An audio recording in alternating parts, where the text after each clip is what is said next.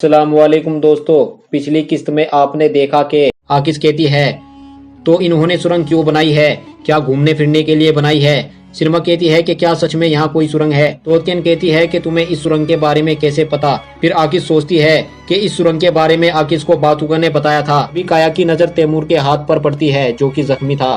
काया कहता है कि ये जख्म कैसे लगा। पागो उनसे कहता है कि सल्तूक ने उस 2 सर वाले भेड़े के पंजे को दाग से पकड़ा था जो हमारे दुश्मनों की सरजमीन है। फिर सल्तूक बे को दिखाया जाता है जो भेष बदलकर बाजार में आया है, जिसे देखकर एक दुकान वाला उसे पहचान लेता है। फिर चोलपान कहती है कि मैंने उस दिन सब झूठे जवाब दिए थे और किसी ने जाकर वे जवाब आकिज को बता दिए। मैं जानना चाहती हूँ कि ये किसने किया। फिर चोलपान कहती है कि जब उन्हें ये पता चलेगा कि तुम मेरे साथी हो तो वे हम दोनों को नहीं छोड़ेंगे। के बाद चिलायर उस दुकान की ओर आता है जहाँ सल्तूक बे होता है। फिर चोलपान कहती है ये बात भी तुम्हें यकीनी बनानी है कि तुम उसकी शादी काया से करवाओगे। ये सुनकर चिलायर कहता है कि ये नामुमकिन है। चिलायर कहता है कि क्या वो तुम हो जिसकी वजह से हमारी मलिकाई उम्मीद से नहीं हुई और अब तक महल में कोई वारिस पैदा नहीं हुआ है। 19वीं किस्त के आगाज में आप देखेंगे कि बातूका जो कि अपने कमरे में आता है जहाँ पर गुनसेली पहले से ही बैठी होती है। वो कहती है कि मैं यहाँ बस थोड़ी देर के लिए ही आई हूँ। वो फिर से कहती है कि क्या तुम्हें पता है कि एलजे खातून को कितनी बेसब्री से इंतजार है कि मैं उन्हें कोई खुशखबरी दूं। अभी तो वो हमारे खान की खिदमत में लगी है, पर खान के ठीक होते ही वो मुझसे जरूर पूछेंगी और मैं फिर उन्हें क्या जवाब दूंगी। वो फिर कहती है कि मैं यहाँ से तब तक नहीं जाऊंगी जब तक मैं अपने सारे आंसू ना बहा दूं। बातूका खामोशी से उसकी बातें सुन रहा होता है। फिर एलजे खातून को दिखाया जाता है जो कि गोक महल के सहन में खड़ी होती है। 2 सिपाही मां सिमन खातून को लेकर आते हैं। वो उससे कहती है कि लगता है तुम जिंदान में सुकून से नहीं हो। सिमन कहती है कि आपने ठीक कहा। फिर एलजे खातून कहती है कि मुझे ये बताओ कि तुमने उस माजूर को जन्नत की रूह क्यों कहा था। क्या तुम्हें अभी भी ऐसा ही लगता है। सिमन फौरन नामे सर हिला देती है। एलजे खातून कहती है मैं तुम्हें छोड़ दूंगी, पर तुम्हें मेरा एक काम करना होगा। तुम्हें एक ऐसा जादू करना होगा कि वो पहाड़ी औरत खान के ख्वाबों में कभी ना आए। मैं चाहती हूँ कि वो औरत खान के ख्वाबों में ना आए। सिमर खातून ये सुनकर मुस्कुराने लगती है और कहती है कि ठीक है, लेकिन इस काम के लिए मुझे भेड़िए की हड्डी और शेर का खून चाहिए। फिर एलजे खातून सिपाही से कहती है कि इसकी जरूरत का सभी सामान पूरा कर दो और इसे यहाँ से ले जाओ। फिर सिपाही उसे वहाँ से ले जाता है। फिर एलजे खातून खादमा से कहती है कि खाने के दस्तरखान पर बहुओं को भी बुला लेना क्योंकि मुझे उनसे कुछ बात करनी है। फिर गुनसेली की खादमा बातूका के कमरे में दाखिल होती है और कहती है कि एलजे खातून ने आपको याद किया है। गुनसेली कहती है एलजे खातून ने बुलाया है तो उन्हें इंतज़ार नहीं करवाना चाहिए। वो वहाँ से जाने लगती है और बातूका को कहती है मैं बाद में तुमसे मेजिन के बारे में बात करूँगी। ये कहकर वो वहाँ से चली जाती है। फिर मेजिन खातून को दिखाया जाता है वो अपनी खादमा से अपने बाबा के बारे में बात कर रही होती है। उसकी खादमा कहती है कि कासिद आया है, आपके बाबा कह रहे हैं कि बालामीर और काया को तख्त नहीं लेने दूंगा, तुम बेफिक्र हो जाओ मेरी शहजादी। वो कहती है कि आज महल के अंदर कुछ ऐसा होगा जो तुम्हें पसंद आएगा। और मेजिन हंसने लगती है। वहीं गुनसेली भी आ जाती है। वो कहती है कि किस बात पर खुश हो रही हो, बताओ मुझे।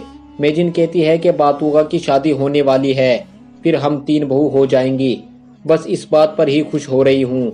फिर वो दोनों आपस में आकिस के बारे में बात करने लग जाती है। फिर आकिस को दिखाया जाता है जो घंटों मेहनत करके एक ईंट ही खिसका पाती है। सिरमा कहती है कि हमने इतने घंटों में मेहनत की और एक ईंट ही खिसक पाई है। आकिस कहती है रुको मत, अपना काम जारी रखो, हमें कामयाबी जरूर मिलेगी।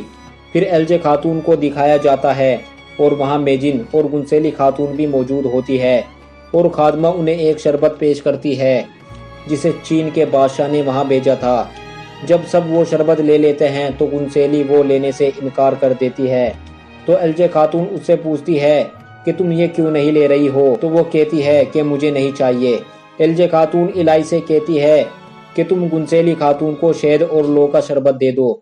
यह सुनकर चिरायल की वो बात याद आ जाती है जो उसे चोलपान खातून ने कही थी। उसने कहा था कि अब हकीम को मेरे लिए मरना होगा। फिर इस सब का इल्ज़ाम तुम्हारे ऊपर आ जाएगा। या तो तुम अमीर बनोगे या अपनी जान से हाथ धो बैठोगे, क्योंकि उन्हें लगेगा वो तुम ही थे जो बहुओं के शरबत में कांटे डालते थे। जैसे ही गुनसेली शरबत पीने लगती है तो चिरायल उसे रोकने की कोशिश करता है, पर गुनसेली वो शरबत पी लेती है। फिर आकिज को दिखाया जाता है जो कि अभी भी दीवार की ईंट हटाने में लगी होती है। इतने में गुनसेली और यावेक अंदर आ जाती है। वो कहती है कि अपना सर झुकाओ। सिरमा और तोतकेन तो अपना सर झुका लेती हैं, लेकिन आकिज सर नहीं झुकाती। यावेक कहती है कि लड़की अपना सर झुकाओ। गुनसेली कहती है क्या तुम्हें लगता है ये मेरे सामने सर झुका लेगी? वो कहती है मुझे पता चला है जो कुछ रसोई में हुआ उसमें तुम्हारा कोई हाथ नहीं है। फिर वो सिरमा और तोतकेन से कहती है तुम्हें और तरबियत की जरूरत है और अब से तुम लोग बावर्ची खाने में काम करोगी। तुम ये मत सोचना कि तुम आज़ाद हो गई हो, बल्कि तुम्हें इन चूहों के साथ ही सोना होगा और दिन में रसोई में काम करोगी। फिर गुनसेली कहती है चलो मेरे साथ। फिर सिरमा आकिज की तरफ देखकर कहती है कि हमें इनके साथ जाना चाहिए या नहीं। आकिज हाँ में सर हिला देती है। वो वहां से चली जाती हैं। आकिज कहती है इतने घंटों में हम एक पत्थर ही हिला पाए हैं। फिर दीवार की दूसरी तरफ बातूगा आ जाता है और वो कहता है कि तुम फिक्र ना करो, मैं तुम्हें यहाँ से जरूर निकाल लूंगा। फिर वो उस आले की मदद से एक पत्थर बाहर निकाल लेता है। दूसरी तरफ सिपाही गोक महल के बाजार में पहुंच जाता है। वो बाजार वालों को पैगाम देता है और कहता है कि हमारे खान बातूगा की शादी बालामीर की बेटी से कर रहे हैं। चोलपान भी ये सुन रही होती है।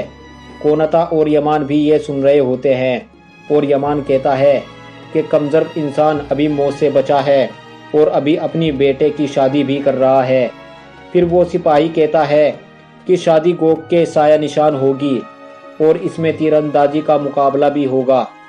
वो फिर कहता है अगर कोई भी मुकाबले में हिस्सा लेना चाहता है वो मुझसे मिले। ये सुनकर कोनता कहता है अब तुम क्या करोगे? यमान कहता है कि मैं तीरंदाजी के मुकाबले में हिस्सा लूंगा और अगर वो सिरमा और आकिज को खिदमत के लिए वहां लाए, कोनता कहता है तो फिर हम उन्हें यहाँ से निकाल लेंगे। दूसरी ओर बातूगा उस दीवार से कुछ ईंटें हटाकर वहां आ जाता है और आकिज को कुछ खाने के लिए देता है और कहता है कि तुम ये खा लो क्योंकि तुम बहुत भूखी होगी। फिर आकिज बातूगा से वो खाना ले लेती है जिसमें एक रोटी होती है। आकिज उस रोटी में से कुछ टुकड़े तोड़कर नीचे गिरा देती है और बाकी रोटी अपने पास रख लेती है। बातूगा ये देखकर कहता है कि क्या तुम मुझसे नाराज हो? आकिज कहती है नहीं, मैं नाराज नहीं हूँ, बल्कि मैं तो आसमानी खुदा का शुक्रिया अदा कर रही हूँ क्योंकि उसने मुझे आज बचा लिया। फिर बातूगा कहता है या फिर तुम मुझसे एलजे खातून से बचाने वाली बात पर नाराज हो? आकिज कहती है तुम ठीक कह रहे हो, अगर उस दिन तुम मुझे ना बचाते तो मैं यहाँ ना होती। बातूगा कहता है अगर उस दिन मैं तुम्हें ना बचाता तो तुम आज किसी गार में सड़ रही होती। फिर आकिज कहती है चलो गार को खोदते हैं। फिर वे दोनों उस खुफिया कमरे में आ जाते हैं। फिर बातूगा एक दरवाजे के पास आकर उसे खोलता है जो कि पत्थरों से बंद होता है। फिर बातूगा कहता है कि लगता है मेरे बाबा ने ये रास्ता बंद कर दिया है क्योंकि उस दिन मेरी माँ और मैं इसी रास्ते से भागे थे। फिर वो उस दरवाजे को बंद कर देता है जिस पर एक तस्वीर बनी होती है, जिसे देखकर आकिज कहती है कि क्या ये तस्वीर तुमने बनाई है? क्या इसमें यह लड़का तुम और दूसरी तुम्हारी माँ है? वो फिर कहती है कि ये बहुत दिलकश है। आकिज फिर कहती है कि क्या तुमने और कुछ भी बनाया है? बातूगा कहता है हाँ। फिर बातूगा आकिज को तस्वीरें दिखाने लगता है और फिर वो एक तस्वीर पर रुक जाता है जिसमें एक कबूतर और एक बच्चा बना हुआ है। आकिज उसे देखकर कहती है कि इस तस्वीर में तुम उदास क्यों हो? फिर बातूगा बताता है कि उस दिन जब मैं और मेरी माँ अपने कमरे में थे तो एक कबूतर आया जिसके साथ एक पैगाम था जो मुझे पता था कि यह पैगाम मेरे नाना का है। फिर मैंने वो पैगाम उतारा और खुशी खुशी उसे अपनी माँ को दे दिया और उनसे ये भी कहा कि ये पैगाम मेरे नाना तोएगर ने भेजा है। और मेरी माँ ने ये पैगाम पढ़ा और फिर वो परेशान हो गई। बातूगा वो ही टुकड़ा निकालता है और आकिज को दे देता है। फिर आकिज उसे पढ़ने लगती है। उसमें लिखा होता है कि जो खेल मैंने अपने दुश्मनों के साथ खेला था वो सामने आ गया है। और मेरी वजह से चीन की फौज ने गोक की फौज पर घात लगाकर हमला किया है और अल्पागो को मेरी गद्दारी का सबूत मिल गया है। वो आगे पढ़ने वाली होती है कि बातूगा आगे बोलना शुरू कर देता है कि इसमें मेरी गलती है और अल्पागो खान महल में आकर मेरी गद्दारी जाहिर करेगा और तुम्हें मार देगा, इसलिए तुम वहां से गोक के बेटे को लेकर भाग जाओ। आकिस कहती है यानी तुम्हारे नाना तोयगर खान ने अल्पागो के साथ धोखा किया था और इसकी कीमत तुम्हारी माँ ने जान देकर अदा की है। बातूगा कहता है ऐसा ही है, चलो आगे चलते हैं। फिर बातूगा आकिस को और बनी हुई तस्वीर दिखाने लगता है और यह किस्त यहीं ख़त्म हो जाती है। मिलते हैं नए एपिसोड में।